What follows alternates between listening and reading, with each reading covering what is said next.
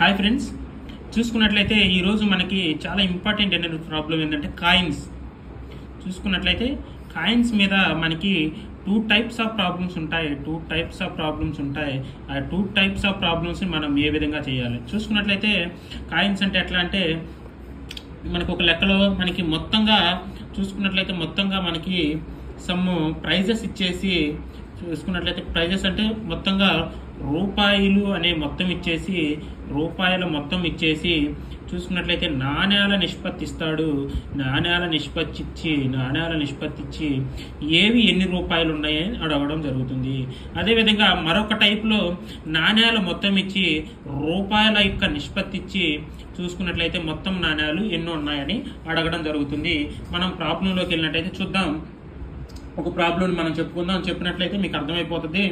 చూసుకున్నట్లయితే మ్యాక్సిమం మనం ఒక 1 వీక్, ఒక 2 or 3 days మనం చెన్నై వెళ్ళిపోయిన తర్వాత ఫుల్ ఫ్లెడ్జ్డ్గా బోర్డు మీద మనకి రైల్వే ప్రీవియస్ యొక్క ప్రాబ్లమ్స్ కానీ, రైల్వేలో ఏ విధంగా వస్తారు, ప్రతి ఒక్క మోడల్ కానీ, అదేవిధంగా ప్రతి ఒక్క చాప్టర్ నుండి మొత్తం ప్రాబ్లమ్స్ కూడా విత్ ప్యూర్ మ్యాథ్స్తో సహా, అదేవిధంగా రీజనింగ్తో సహా మొత్తంగా ఓన్లీ రీజనింగ్ అండ్ మ్యాథ్స్ సంబంధించినటువంటి సబ్జెక్టులకు సంబంధించినటువంటి ఇంపార్టెంట్ ప్రాబ్లమ్స్ అన్ని కూడా చెప్పుకుందాం. చూసుకున్నట్లయితే ఈ రోజు మనం చెప్పుకునేటువంటి ప్రాబ్లం కాయిన్స్ మీద ప్రాబ్లమ్స్ అనేది చెప్పుకుందాం. ఫస్ట్ లెక్క మనకి ఎట్లా అడుగుతాడంటే ఫస్ట్ టైప్ ఆఫ్ లెక్క ఎట్లా ఉంటుందంటే ఒక సంచిలో చూసుకున్నట్లయితే ఒక సంచిలో 130 రూపాయలు కలవు. వాటిలో 1 రూపాయి 50 పైసలు, అదేవిధంగా 1 రూపాయి 50 పైసలు, అదేవిధంగా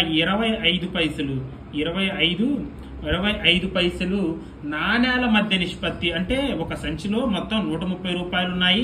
ఆ సంచిలో ఉన్నటువంటి 130 రూపాయల్లో 1 రూపాయి 50 పైసలు 25 పైసలు నాణ్యాల మధ్య నిష్పత్తి. ఎన్ని నాణ్యాలు ఉన్నాయో తెలీదు. నాణ్యాల మధ్య నిష్పత్తి కేవలం 3:4:6 ఉండడం జరిగింది. అయితే 25 పైసల నాణ్యాలు ఎన్ని?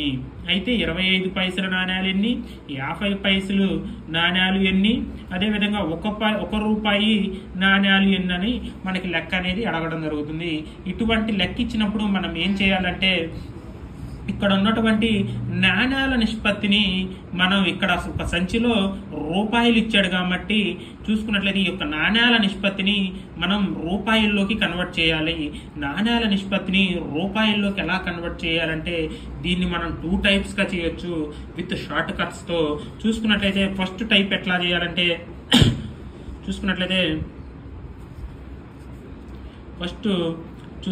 ఫస్ట్ టైప్ ఎలా చేయాలంటే ఫస్ట్ టైప్ ఆఫ్ లెక్క ఎలా చేయాలంటే మనం చూసుకున్నట్లయితే ఒక సంచిలో మొత్తం 130 రూపాయలు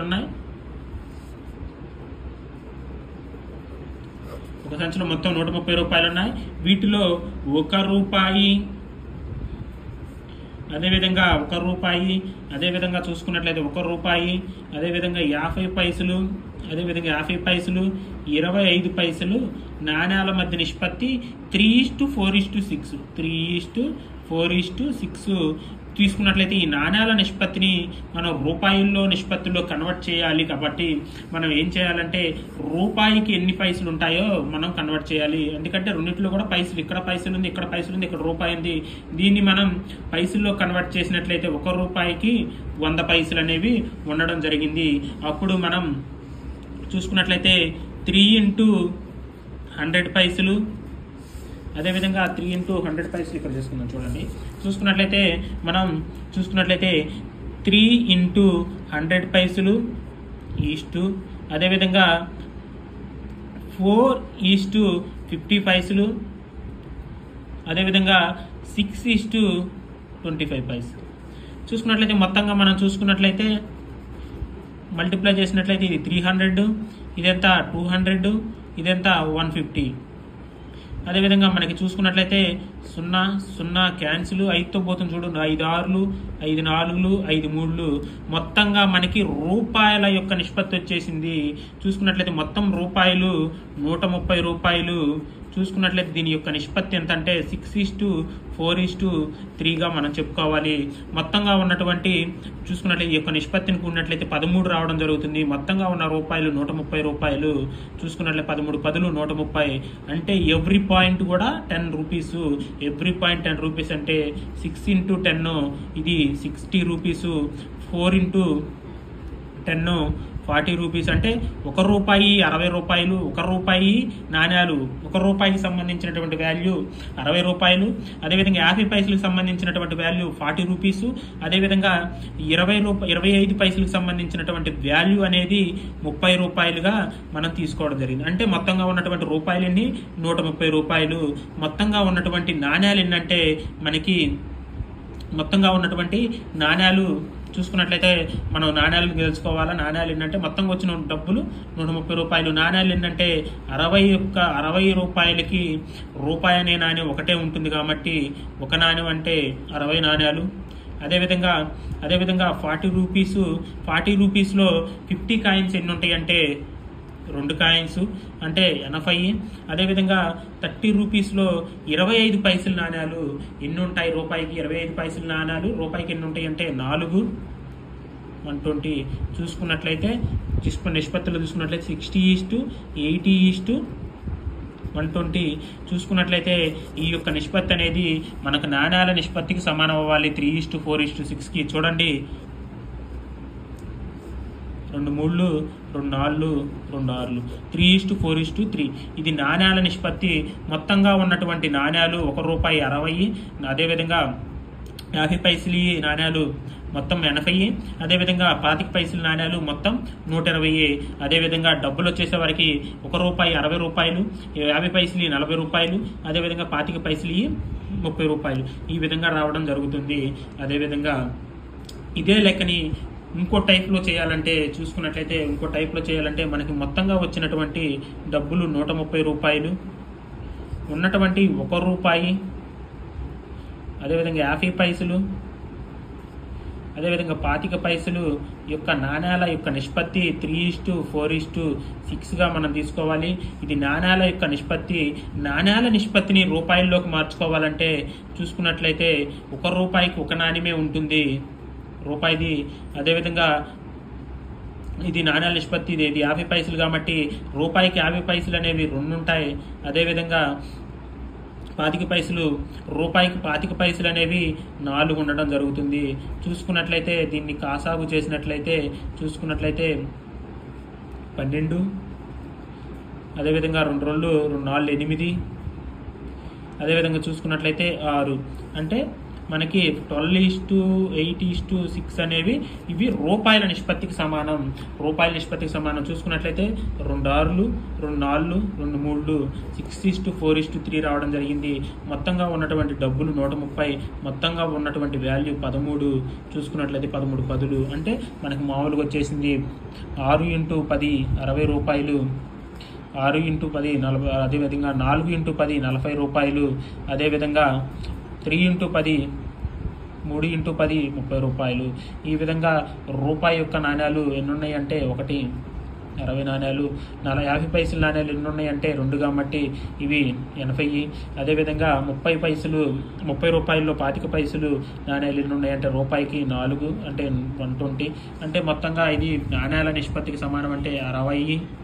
అదేవిధంగా 80 = 120 అంటే 2 6లు 2 4లు 2 3లు 6:4:3. 2 3 2 3లు 2 4లు 2 6లు చూసుకున్నట్లయితే 3:4:6 నాణ్యాల నిష్పత్తి అనేది రావడం జరిగింది. ఈ విధంగా మనం 2 టైప్స్గా 2 రకాలుగా లెక్క అనేది చేసుకోవడం జరుగుతుంది. చూసుకున్నట్లయితే అదేవిధంగా ఇంకో టైప్ ఆఫ్ లెక్క ఎట్లా అంటే ముందు నాణ్యాల నిష్పత్తి ఇచ్చేసి మొత్తం నాణ్యాలు ఇచ్చేసి విలువల నిష్పత్తి అంటే రూపాయల నిష్పత్తి అనేది ఇవ్వడం జరుగుతుంది.